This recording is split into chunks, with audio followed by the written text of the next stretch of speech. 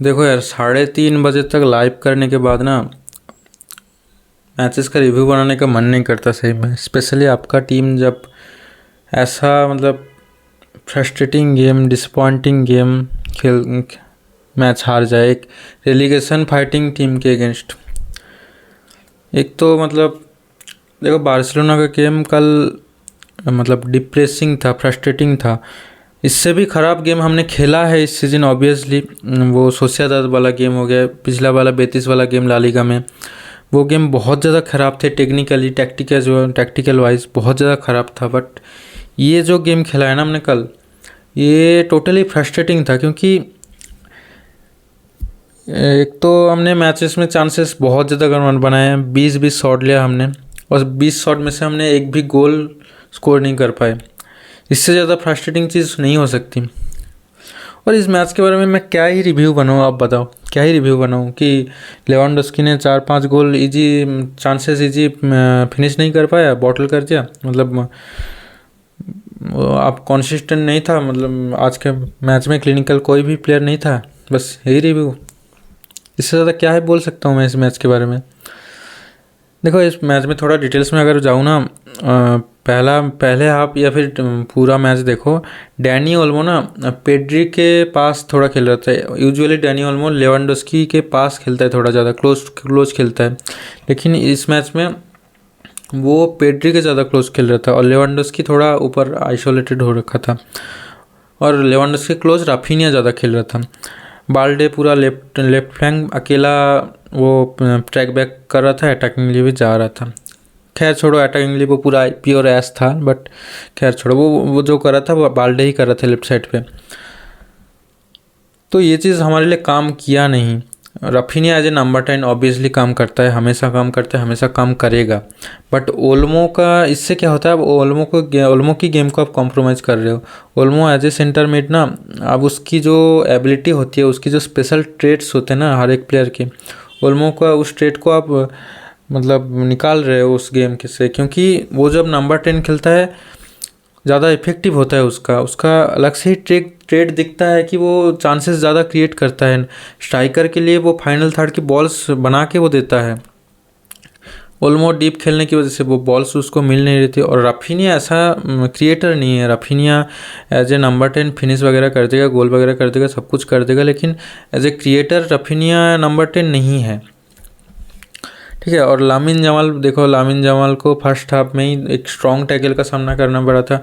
इसलिए एक तो लामिन जमाल को मतलब मुझे लगा बहुत ज़्यादा इंजरी हो गई है। बट पूरा मैच मतलब लगभग पूरा मैच खेला उसने। और जो इंजरी के डर की वजह से ना लामिन जमाल को जो वाइड खेलना शुरू किया था लामिन जमाल, उसको शायद इंस्ट्रक्शन वगैरह दिया। लामिन जमाल थोड़ा अंदर चले गए, मतलब लेवांडोस्की के पीछे की तरफ थोड़ा खेलना शुरू किया। और कुंडे जिस तरीके से बाल्डे लेफ्ट विंग के ऊपर लेफ्ट विंग बैक की तरह खेल रहा था, कुंडे भी सेम राइट विंग बैक की तरह ही खेल रहा था। बाय द वे, बार्सिलोना के लिए अगर किसी का गेम सबसे बेस्ट गया तो वो है कुंडे मतलब राइट लेफ्ट सेंटर हर जगह वो सब कुछ कर रहा था वो।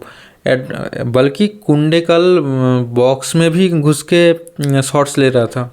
ऑल्दो एक बहुत बढ़िया चांस बना था कुंडे के लिए, वो गोल हो जाता तो बहुत बढ़िया रहता। खैर, इसके बाद देखो मतलब हमारा मिडफील्ड सही था। मतलब कैसाडो हो गया, कैसाडो का गेम पिछले गेम जितना अच्छा नहीं गया, बट उतना भी बुरा नहीं गया। पेड्री का game again, Pedri was very good. Pedri ने बहुत सारे चांसेस क्रिएट किए। बट देखो, इस मैच में ना क्रिटिसिज्म किसी का उतना ज़्यादा बनता नहीं। क्रिटिसिज्म बनता है, ऑब्वियसली बनता है चांसेस मिस का। लेवा ने बहुत सारे चांसेस मिस किए, राफिनिया ने 1-2 चांसेस मिस किया। ऑब्वियसली राफिनिया का एक शॉट मतलब सेव हो गया था। लेवा के चांसेस बहुत ज़्यादा आसान थे। ऑब्वियसली हर जगह ट्विटर हो गया, हर सोशल मीडिया में लेवा गंदी तरीके से ट्रोल हो रहा है, जो कि ये सब चीज़ें मुझे पसंद नहीं है कि प्लेयर्स का ऑफ गेम जाता है। ऑब्वियसली मतलब कुछ ज़्यादा ही ऑफ गया है, प्लेयर्स को ट्रोल करना इतना अच्छा नहीं लगता मुझे। फिर भी देखो, सिर्फ लेवा का ही नहीं, तुम लामिन का भी देखो। बहुत जगह पे लामिन जमाल का डिसीजन मेकिंग बेहतर हो सकता था। वो पास कर सकता था, लेकिन उसने शॉट के लिए गया और शॉट कहीं नहीं था, टारगेट का आसपास भी नहीं था। सेम सेम आप राफिनिया के बारे में एक दो शॉट्स के लिए बोलोगे। डैनी ओल्मो का गेम तो मैंने पहले ही बोला, बहुत ऑफ गया। उसने जितने भी शॉट लेने की उसके सारे शॉट ही ब्लॉक हो गए। और कौन, मतलब बस तीनों का गेम मुझे थोड़ा ऑफ लगा। डैनी ओल्मो, एक लामिन जमाल और रॉबर्ट लेवेंडोस्की। बाकी सबका गेम ठीक ठाक गया, बस आप टॉप क्लिनिकलिटी ना होने की वजह से हम ये गेम कॉस्ट कर गया। और एक देखो, हमने डिफेंसिवली भी थोड़ा चेंज किया था। एरिक गार्सिया खेला था और इनिगो मार्टिनेज के साथ अलोंग साइड को, क्योंकि कुबार्सी को रेस्ट चाहिए था और रेस्ट ज़रूरी भी था उसके लिए। एक 17 साल का डिफेंडर कितना ज़्यादा खेलेगा आपके लिए। देखो जो गोल कंसीड किया ना हमने, वो ये नहीं कि एरिक गार्सिया को हमने खिलाया था इसलिए हम गोल कंसीड किए, ये बिल्कुल कोई रीज़न नहीं था।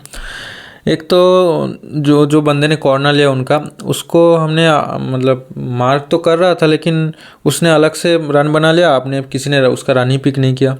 ये हमारी थोड़ा मिस्टेक्स थी। ये होता है, ये किसी भी मैच में हो सकता है। ये तो लेगेंड्स था, अभी ला लीगा की सबसे ख़राब टीम में से ये है।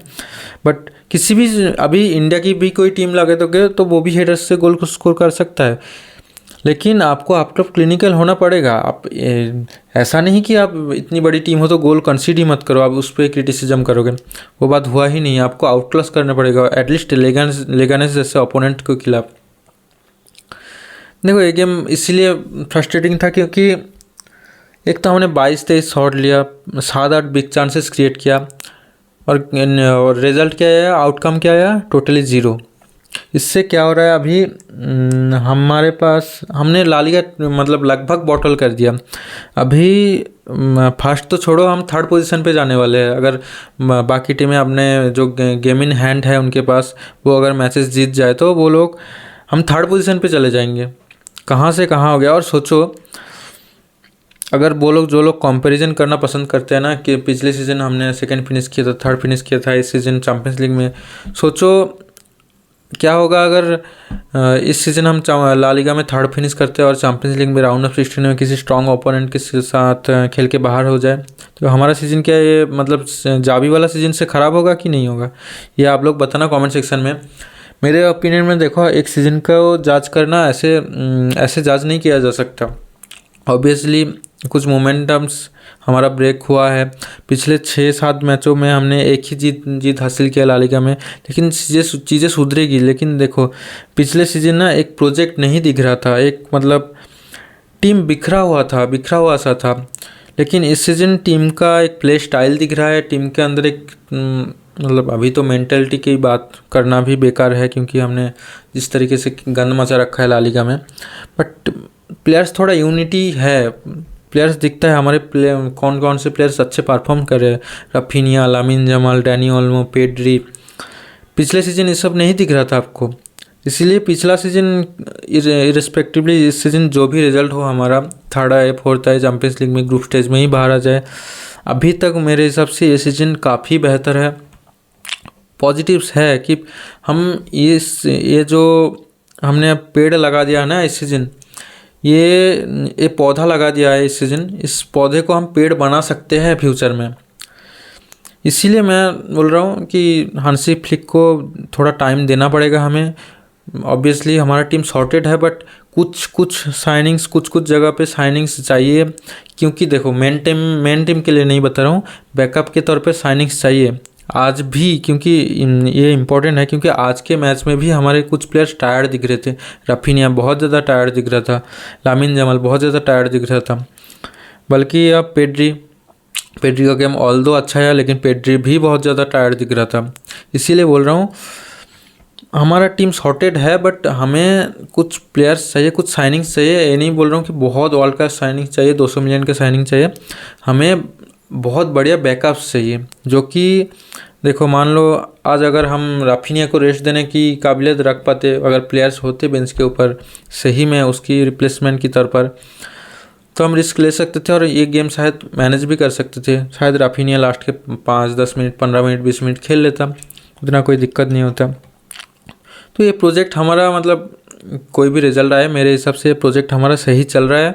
हमें इसी थॉट के ऊपर, इसी प्रोसेस के ऊपर प्रोजेक्ट बिल्ड करना चाहिए फिर हांसी फ्लिक के अंडर, और हम आगे जाके कंफर्म सक्सेसफुल होंगे। इसमें तो कोई दोहराए वाली बात नहीं है। मतलब सक्सेसफुल होना ही है हमें इस प्रोजेक्ट के अंडर। खैर बार्सिलोना के बारे में बहुत ज़्यादा बात कर लिया।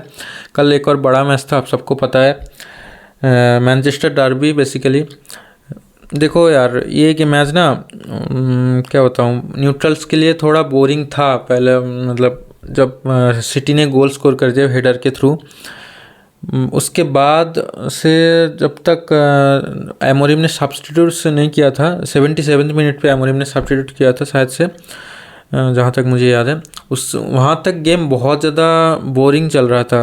एक तो यूनाइटेड का कोई क्लियर कट अटैक नहीं बन रहा था, ऊपर से सिटी भी उतना कुछ क्लियर कट अटैक नहीं बन रहा था। सिटी ऑब्वियसली अभी बहुत ज़्यादा ख़राब खेल रही है, तो सिटी का भी पूरा डेट था। सबसे बड़ा हेडलाइन बनता है मैच शुरू होने से पहले ही, लाइनअप देख के ही, क्योंकि कोई तो एक पर्सनल रीज़न होने की वजह से एमोरिम ने गार्नाचो और रैशफोर्ड दोनों को ही स्क्वाड से बाहर निकल दिया। और एक तो मुझे समझ में नहीं आता इसी क्लब में ऐसे चीज़ें क्यों होता है। पहले ग्रीनवुड, उसके बाद सैंचो, उसके बाद अभी देख लो गार्नाचो हो गया, रैशफोर्ड हो गया। उसने एमोरिम ने शायद से कोई रीज़न भी नहीं बताया मुझे जहाँ तक पता है कि उनको क्यों बाहर किया गया। और देखो ये चीज़ बहुत बड़ी चीज़ हो जाती है। कल यूनाइटेड कंफर्टेबली जीत सकती थी, मतलब 2-1 तो ऐसे ही जीता। They could have thrashed Manchester city अगर एक लेफ्ट विंगर खेलता उनके लिए गार्नाचो रैशफोर्ड में से, क्योंकि अभी ना सिटी का सबसे वीक प्लेयर काइल वॉकर है। कॉन्फिडेंस लो चल रहा है उसका, पीपल ट्रोलिंग कर रहा है, वो सोशल मीडिया पे पोस्ट कर रहा है, उस ट्रोलिंग को लेकर जवाब दे रहा है।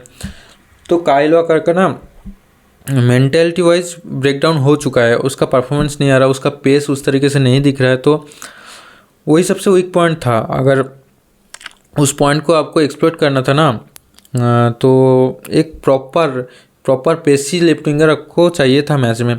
और मैनचेस्टर यूनाइटेड इस मैच में गया, कोई भी लेफ्ट विंगर नहीं था। अटैक चल रहा था सेंट्रली या फिर अमाड के साइड से, अमाड डियालो के साइड से राइट विंग से। तो ये थोड़ा मुझे समझ में नहीं आता क्लब में होता क्या है। एक तो ज़बरदस्ती को देखो, हांसी फ्लिक भी ऐसा करता है और वो बोल भी देता है कि ये प्लेयर ट्रेनिंग में लेट आया था इसलिए मैंने इसको स्टार्ट नहीं दिया, ये है उसका पनिशमेंट। और इनका तो कुछ मतलब एक्सट्रीम लेवल पे चला जाता है, मैं प्लेयर को स्क्वाड से ही बाहर कर देते हैं। पता नहीं इनका क्या होने वाला है।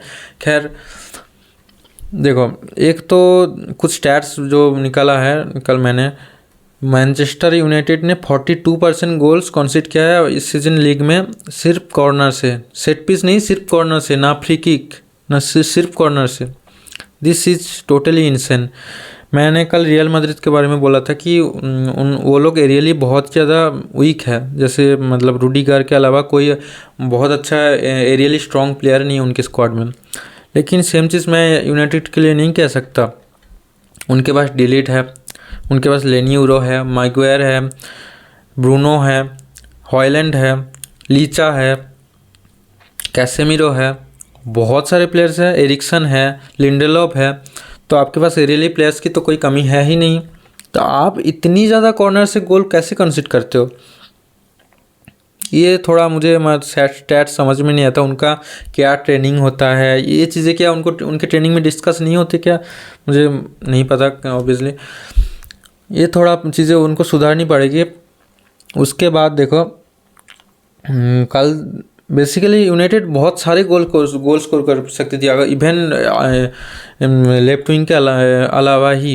एक तो ब्रूनो ने एक 1v1 चांस मिस किया, जो कि मतलब ब्रूनो जैसे प्लेयर्स को आसानी से स्कोर कर देना चाहिए था, वो मिस किया। अमाड डियालो ने अमाड डियालो का एक हेडर, फ्री हेडर था, वो मिस किया। उसके बाद देखो, एक तो मैनचेस्टर सिटी के ऊपर पेप गार्डियोला के ऊपर जो क्रिटिसिज्म चल रहा है, मैं देख रहा हूँ सोशल मीडिया के ऊपर कि वो कोई टैक्टिकली मतलब कोई सल्यूशन नहीं ढूंढ पा रहा है।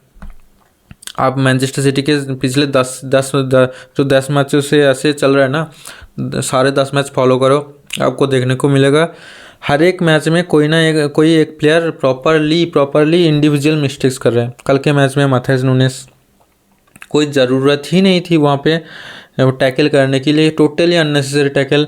और बॉल तो उसके आसपास भी नहीं था, वो किसको टैकल कर रहा था?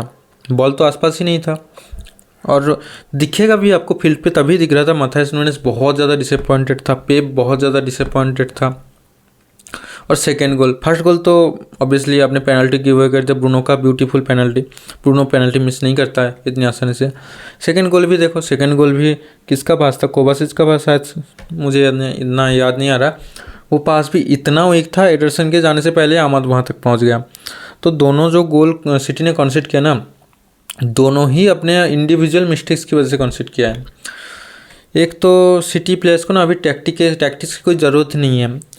सिटी प्लेयर्स को अगर किसी चीज़ की ज़रूरत है वो है साइकोलॉजिकल डॉक्टर्स की। उनको, वो लोग मेंटली टोटली ख़त्म हो चुके हैं। मतलब उनको पता है वो लोग मिस्टेक्स कर रहे हैं, क्या चीज़ें मिस्टेक्स हो रही है, कि सब कुछ उन्हें पता है, बट फिर भी वो लोग कर रहे हैं, क्योंकि मतलब डरे डरे सहमे सहमे से खेलते हैं मतलब अभी गेम वो लोग। ऊपर से पेप गार्डियोला का भी थोड़ा प्रेशर है, क्योंकि उन्होंने कभी ना ये सब चीज़ें फेस नहीं किया ना। पेप गार्डियोला ने कभी इतना long run of defeats face किया, ना ही मैनचेस्टर सिटी के प्लेयर्स ने कभी फेस किया। तो उनको आदत नहीं है, वो लोग इसलिए ना अभी इतना घबरा चुके हैं। हर मैच में 70 मिनट के बाद आप सिटी को प्रेस करो, वो लोग मिस्टेक्स करेंगे ही करेंगे। ऐसा हो ही नहीं सकता कि सिटी मिस्टेक्स ना करे एक उस मैच में, अगर आप प्रेस करोगे ढंग से। तो 70 हो या 80 मिनट के बाद बहुत ज़्यादा नर्वस हो जाते हैं वो लोग। खैर, अभी पॉइंट्स टेबल में प्रीमियर लीग का देखोगे तो नॉटिंघम फॉरेस्ट फोर्थ पे चला गया है, और मैनचेस्टर सिटी 5th पे चले गए हैं। खैर, कल चेल्सी का भी गेम था और स्पर्स का भी गेम था। चेल्सी ने अपना गेम 2-1 जीता है। किसके खिलाफ मैच था याद नहीं आ रहा मुझे, रुको देख के बताता हूँ। चेल्सी का मैच था ब्रेंटफोर्ड के साथ, 2-1 का मैच था।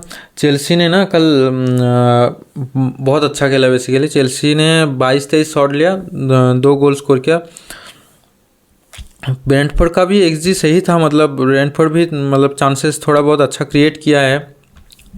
38% पोजीशन था, चेल्सी के पास 62% पोजीशन था। और लास्ट में कुकुरेला को अनफॉर्चुनेट रेड कार्ड मिला, मतलब डबल सेकेंड येलो मिला। कुकुरेला अगला मैच मिस करेगा। चेल्सी देखो 2 पॉइंट पीछे है लिवरपूल के अभी। अगर लिवरपूल बाई एनी चांस अगर वो लोग पॉइंट्स ड्रॉप करते ना, बहुत बड़ा अपॉर्चुनिटी हो जाएगा चेल्सी के लिए लीग टाइटल के लिए जाने के लिए, काउंटर करने के लिए। सेम अदर हैंड स्पार्स का क्या गेम था साउथहैम्पटन के साथ, शायद से, हाँ, साउथहैम्पटन के साथ। कल स्पार्स ने बेसिकली फर्स्ट हाफ में ही 5 गोल मार दिया और 5-0 से भी जीता। ऑब्वियसली मैंने मैच नहीं देखा, जितना स्टैट्स देखा और नोटिफिकेशन जितना आ रहा था देख रहा था मैं। मतलब फर्स्ट 20-30 मिनट में ही उन्होंने गेम ख़त्म कर दिया, किल कर दिया। मैडिसन ने 2 गोल स्कोर किया, सॉन ने 1 गोल स्कोर किया, कुलुसेव्स्की ने 1 गोल स्कोर किया, और पापे सार ने भी 1 गोल स्कोर किया। अभी प्रीमियर लीग में स्पर्स अभी 10th पोजीशन पे है। बाय द वे स्पर्स भी कोई अच्छा नहीं खेल रहे हैं। वो यूनाइटेड खराब थी तो स्पर्स उससे भी मतलब थोड़ा सा अच्छा ही थी, ना बता सकता अब। बाय द वे इस सीज़न नॉटिंघम फॉरेस्ट कैसे भी करके, मुझे लगा था नॉटिंघम फॉरेस्ट शुरू में ऐसे पॉइंट्स निकल रहे हैं, बाद में जाके थोड़ा प्रॉब्लम्स हो जाएगी। बीच में उनको 2 लॉसेस भी फेस करना पड़ा था, सिटी के अगेंस्ट और किसी एक टीम के अगेंस्ट, याद नहीं आ रहा। But they survived, they are on in the 4th position right now. City के ऊपर है, विला के ऊपर है, ब्राइटन के ऊपर है, स्पर्स के ऊपर है, ऑब्वियसली यूनाइटेड के ऊपर है।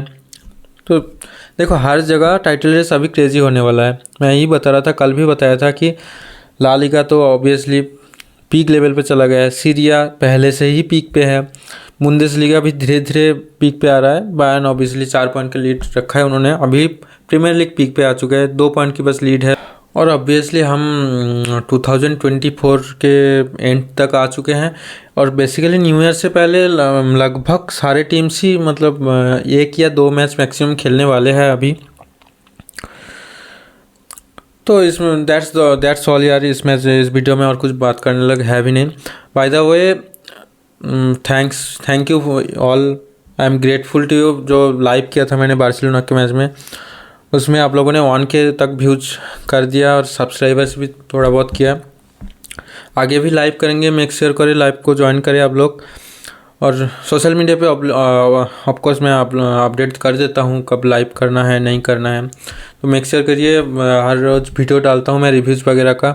चैनल को सब्सक्राइब कीजिए, वीडियो को लाइक कीजिए और मिलते हैं।